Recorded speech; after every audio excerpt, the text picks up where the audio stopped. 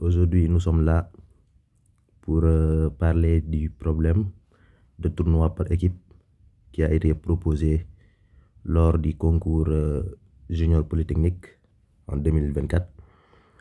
Donc le concours Junior Polytechnique, c'est un concours d'excellence organisé par l'école Polytechnique de Thiès. Donc c'est un concours organisé par les élèves ingénieurs qui sont à l'école Polytechnique de Thiès.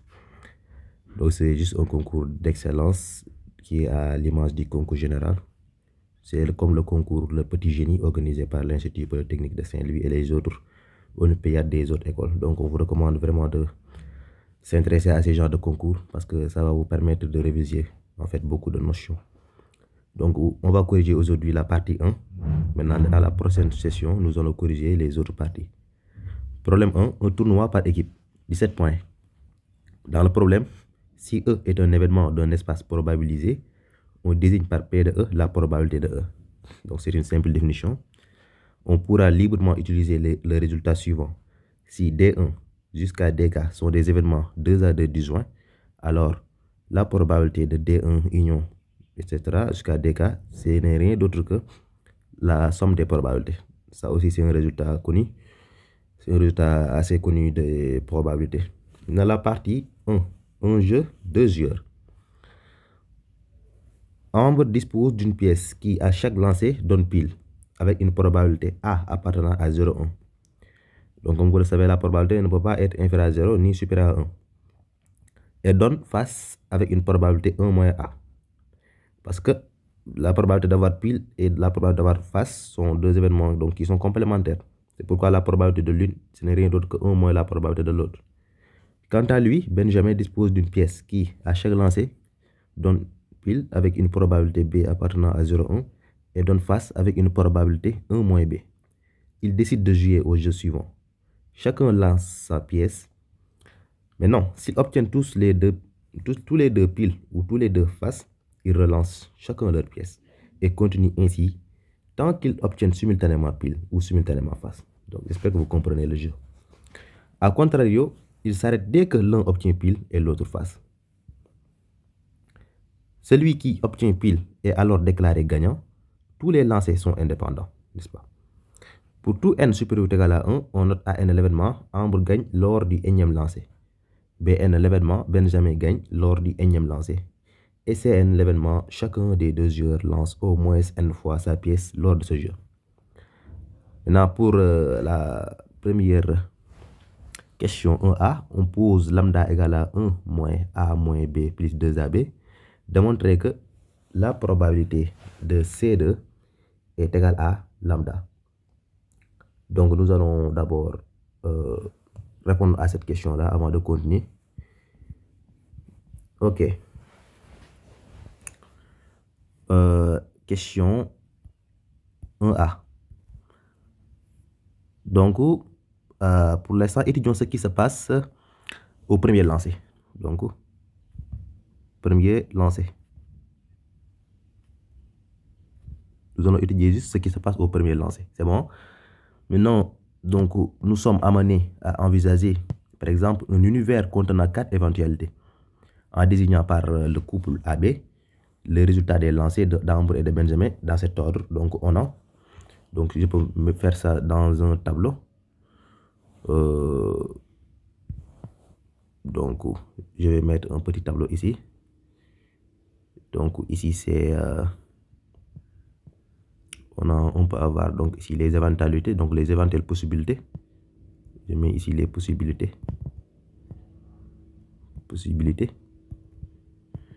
Il y a la possibilité d'avoir pile face.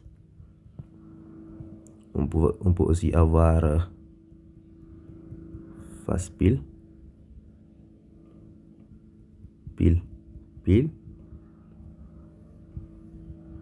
Face.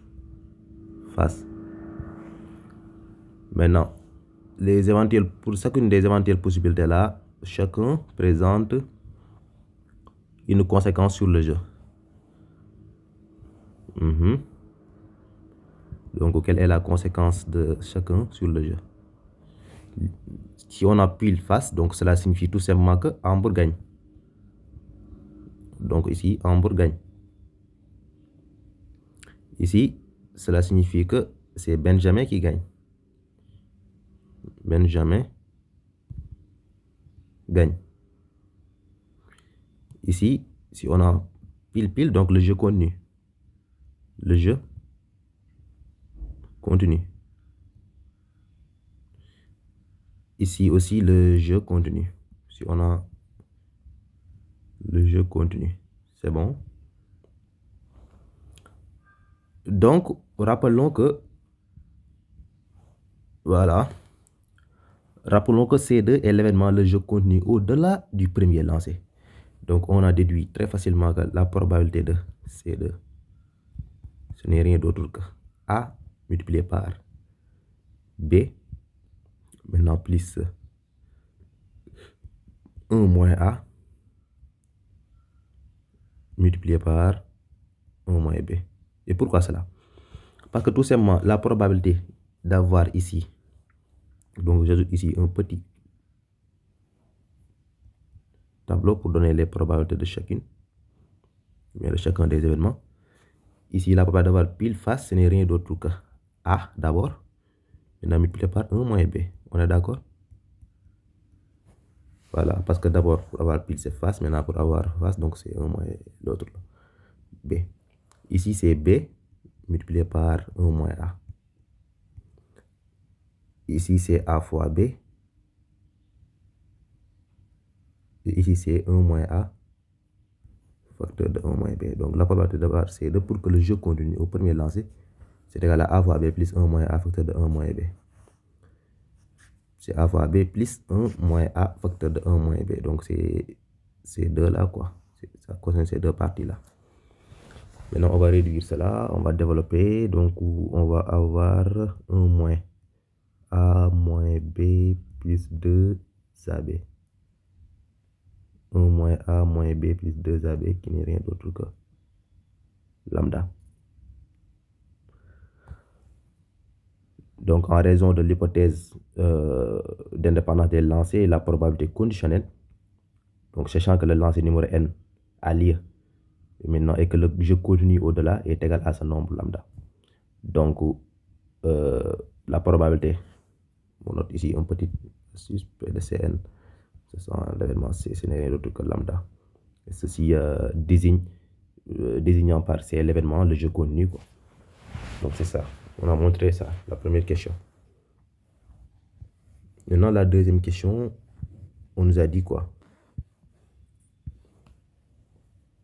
La question B, pour tout entier n supérieur ou égal à 1, exprimer P de Cn plus 1 en fonction de P de Cn, en déduire une expression de P de Cn en fonction de n. C'est ça. Maintenant, la question 1b. Donc, ce qu'il faut savoir, c'est que l'événement Cn plus 1 est l'intersection de l'événement Cn et de l'événement le jeu continu. Donc, on peut noter Cn plus 1, ce n'est rien d'autre que Cn intersection de l'événement C. Il y en a de 1 à n. Donc, ce qu'il faut noter, c'est que la probabilité de Cn plus 1,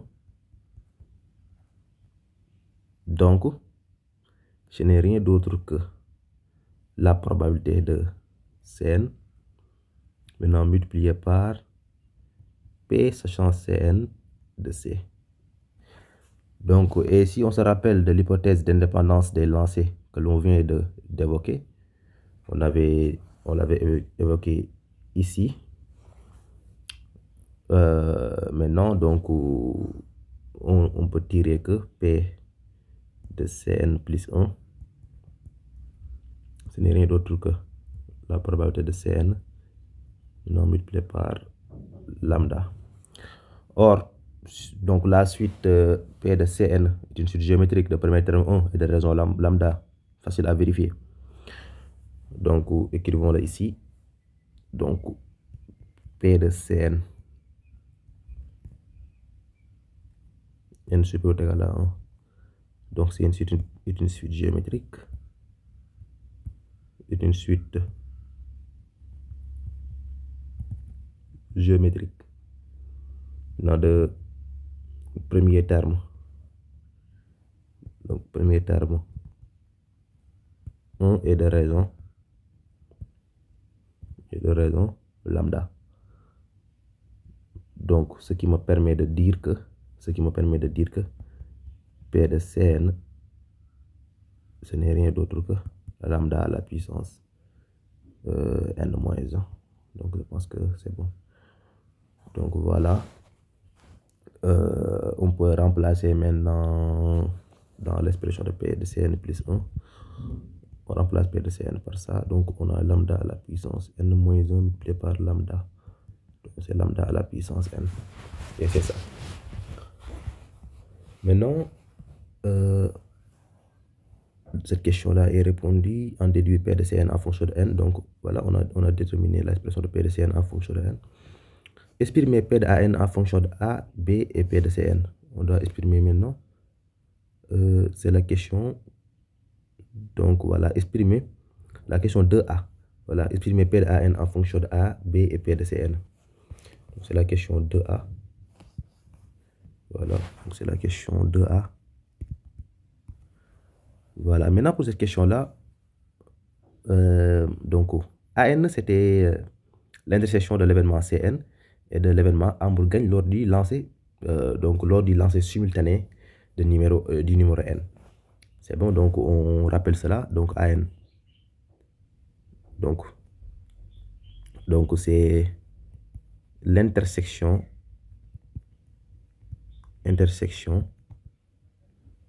de Cn et de l'événement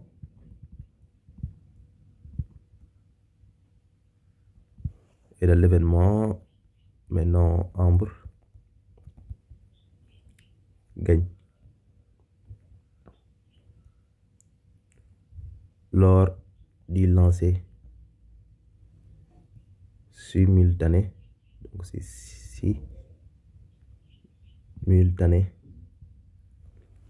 donc du numéro n.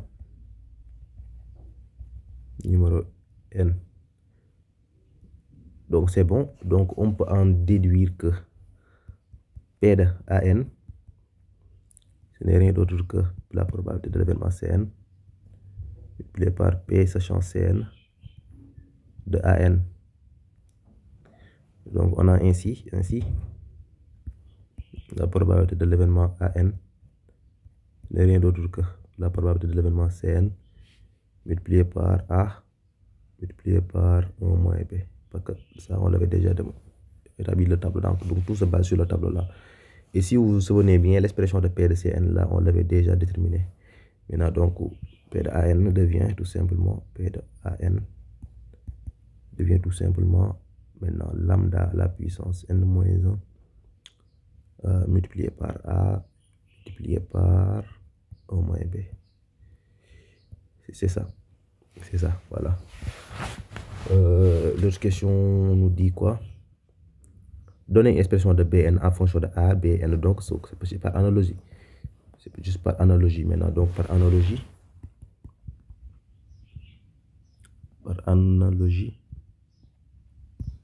la probabilité de l'événement Bn, c'est juste P de Cn, P sachant Cn de Bn. Donc, ce n'est rien d'autre que la probabilité de l'événement Cn multiplié par B multiplié par 1 moins A. Donc, c'est lambda à la puissance n-1 multiplié par B, maintenant multiplié par 1 moins A, c'est ça. Donc, c'est ça pour cette question-là. Voilà, passons à la question suivante. C'est la question 3.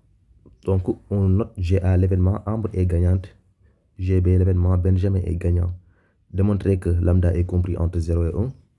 Après, on demande de démontrer que P de GA est supérieur ou égal à A facteur de 1 moins B multiplié par 1 moins lambda puissance n sur lambda, 1 moins lambda et P de GB, cette expression. Donc, d'abord, la question 3A. On demande de démontrer que Maintenant, démontrons que maintenant, cette question-là, on nous a demandé de démontrer que 0, donc lambda est compris juste entre 0 et 1. Maintenant, ici, bon, si vous vous souvenez bien, par hypothèse, on avait dit que A et B sont tous donc strictement compris entre 0 et 1. Voilà. Et le nombre lambda peut se calculer de deux façons. Donc, lambda, c'est égal à A fois B plus 1 moins A, facteur de 1 moins B, donc ou bien lambda est égal à 1 moins l'autre là. Maintenant, on va juste utiliser là, exploiter ça. Donc, c'est la somme de deux réels strictement positifs. Donc, il est strictement positif. D'accord. Donc, lambda est strictement positif, ça, on le sait. Maintenant, si vous vous souvenez bien aussi, donc ça, c'est un tiré. Lambda, ce n'est rien d'autre que 1 moins maintenant A fois B. Donc, A fois 1 moins B, excusez-moi, A fois 1 moins B, plus maintenant, donc B facteur de 1 moins A. Voilà, c'est la même chose. Maintenant, si vous vous souvenez bien, cette expression-là, donc c'est une expression, ça, c'est une expression qui est positive, certainement positive. Donc, ce qu'on peut en déduire que c'est que ça, c'est forcément inférieur à 1. Donc, ce qui achève la démonstration, 0 inférieur à lambda inférieur à 1. Donc, c'était simple à démontrer, très simple. Et maintenant, la question 3b. L'événement GA contient donc ça contient la réunion donc des événements A1, A2 jusqu'à AN. Voilà, donc on a une probabilité plus grande que celle de cet événement. Voilà, donc on peut juste en déduire que, donc attends, j'écris d'abord ça parce que c'est quand même important. Donc G donc contient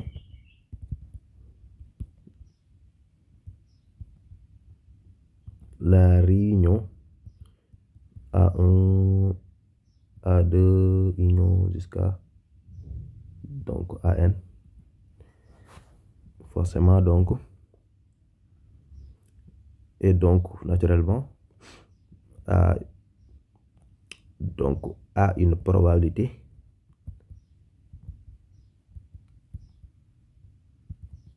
donc plus grande que celle de l'événement.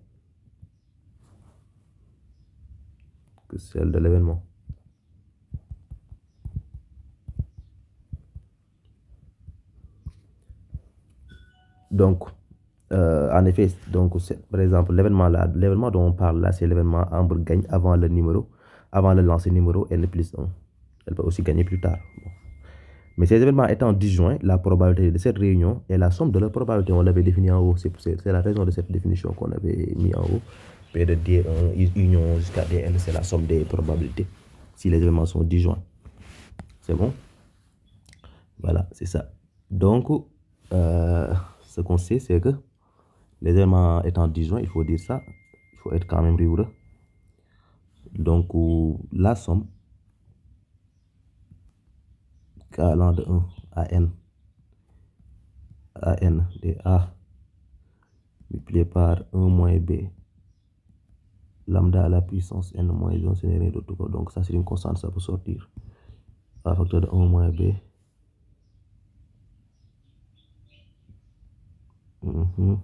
Donc, pardon ici. Donc, ça, c'est K moins 1. Voilà, ça somme.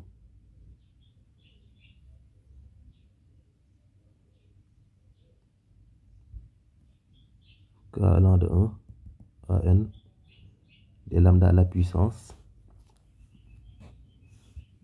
Donc ici c'est K, de K moins 1. Des lambda à la puissance K moins 1. Donc ça c'est une suite géométrique de raison lambda. Donc facilement on peut démontrer que ça c'est A facteur de 1 moins B Donc on applique directement la définition, c'est 1 moins lambda à la puissance n sur 1 moins lambda. Donc on peut en déduire que quel que soit n, donc appartenant à n étoiles, on a la probabilité de GA qui est supérieure ou égale donc à A facteur de 1 moins B multiplié par 1 moins lambda à la puissance n sur 1 moins lambda. Parce que, rappelez-vous, on a dit que puisque ça contient la réunion, elle a forcément donc une probabilité plus grande que celle de l'événement concerné, évidemment. Donc ici, on vient de démontrer que cette probabilité-là, ce n'est rien d'autre que ça, en utilisant ça, pas que ça. Il faut vous en souvenir, ça c'est ce que j'ai encadré ici, ça, c'est une suite géométrique. Et voilà, c'est ça. Donc par analogie, donc la méthode d'analogie, donc cela vous aide souvent quand vous avez déjà démontré un résultat. Donc vous pouvez vous en inspirer pour donc répondre à une question similaire. Donc la probabilité de GB, naturellement c'est supérieur à B, facteur de 1 moins A, donc il faut remplacer juste les B par les A là. Multiplié maintenant par 1 moins lambda puissance n sur 1 moins lambda, c'est ça. Voilà. Maintenant 3C, donc je pense que c'est la question restante dans la partie 1. On note G, donc G phi, l'événement, ce jeu n'a aucun gagnant. Déduire de ce qui précède que P de GA égale à ça, et P de GB égale ça, et P de l'autre là, G phi c'est 0. Donc on sait que, c'est la question 3C. Maintenant on sait que, donc dans les exercices là, presque tous les résultats qu'on démontre sont utilisés. On ne va pas vous demander de démontrer un résultat pour rien. On sait que lambda est compris entre 0 et 1. Ce qui me permet de dire que la limite, lorsque n tend vers plus l'infini, de lambda à la puissance n, ce n'est rien d'autre que 0. Maintenant, on avait déjà démontré que P de GA, quel que soit n supérieur ou égal à 1, P de GA est supérieur ou égal à A facteur de 1 moins B, multiplié par 1 moins lambda puissance n sur 1 moins lambda, c'est ça. On va juste rappeler les expressions, et P de GB, ce n'est rien d'autre que B multiplié par 1 moins A, multiplié par 1 moins lambda puissance n sur 1 moins lambda, c'est ça. Donc ces deux probabilités-là, donc, c'est quel que soit n supérieur ou égal à 1, donc elles sont conservées par passage à la limite, n'est-ce pas? Donc si je mets la limite partout, donc j'aurai P de GA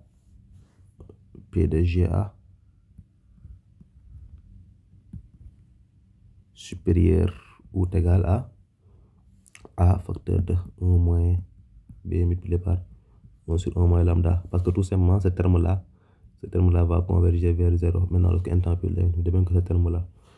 Donc, je vais avoir ça. Et maintenant, je vais aussi avoir la probabilité d'événement GB supérieur ou égal à B facteur de 1 moins A multiplié par 1 sur 1 moins lambda. Et voilà, c'est ça.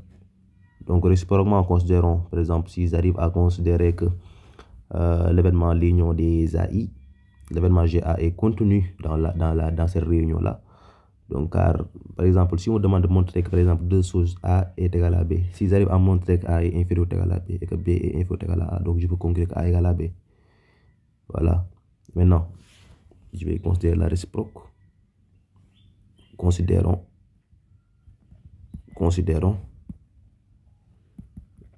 l'événement l'union des I allant de 1 à N, depuis A plus l'infini des AI. Je sais que l'événement GA est contenu dans cette réunion, car si Amber gagne, l'un des événements AI est réalisé, forcément. Donc, je peux dire que P de GA est forcément inférieur ou égal à A multiplié par 1 moins B multiplié par 1 sur 1 moins lambda.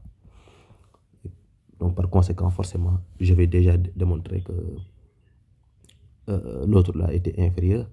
Donc, je peux en déduire forcément que P de GA, ce n'est rien d'autre qu'A multiplié par 1 moins B 1 sur 1 moins lambda. Voilà. Si vous vous en souvenez bien, on avait déjà démontré la réciproque en haut. Maintenant, on arrive à démontrer que l'autre. Donc ici, si vous vous souvenez bien, on avait déjà démontré ce résultat-là. P de G a été supérieur à ça. Donc ce terme-là tend vers 0 forcément, alors qu'on tend vers l'infini. Maintenant, on a démontré que encore c'était inférieur. Donc si on a A inférieur ou égal à B et B A supérieur ou égal à B, donc A inférieur ou égal à B, A supérieur ou égal à B, donc A égale B. C'est ça. Maintenant, ici par analogie, donc à chaque fois on fait pour la GA et on fait par analogie pour GB. Par analogie, on conclut très facilement que la probabilité d'événement GB, ce n'est rien d'autre que B facteur de 1 moins A multiplié par 1 sur 1 moins lambda. Et voilà, c'était tout pour la première partie de ce problème. Et on vous donne rendez-vous très bientôt pour la partie 2 et la partie 3. Ça reste encore donc 2 autres parties. Si donc cette vidéo vous a plu, donc abonnez-vous et laissez un commentaire. Merci beaucoup.